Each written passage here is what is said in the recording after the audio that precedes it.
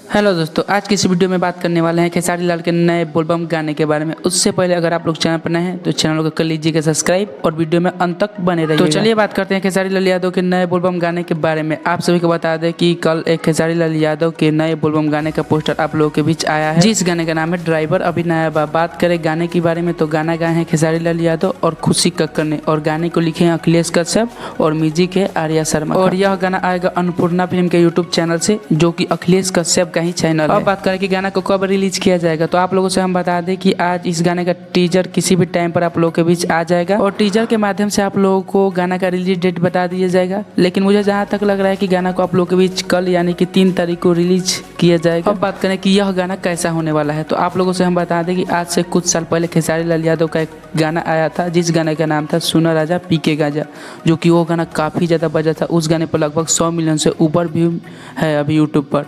तो उसी टाइप का दवा यह किया जा रहा है कि उसी टाइप का ये भी गाना होने वाला है। तो आप लोग कमेंट करके बताइए कि क्या उस गाने का रिकॉर्ड तोड़ पाएगा यह गाना। तब तक मिलते हैं फिर किसी नेक्स्ट वीडियो के साथ। Bye by.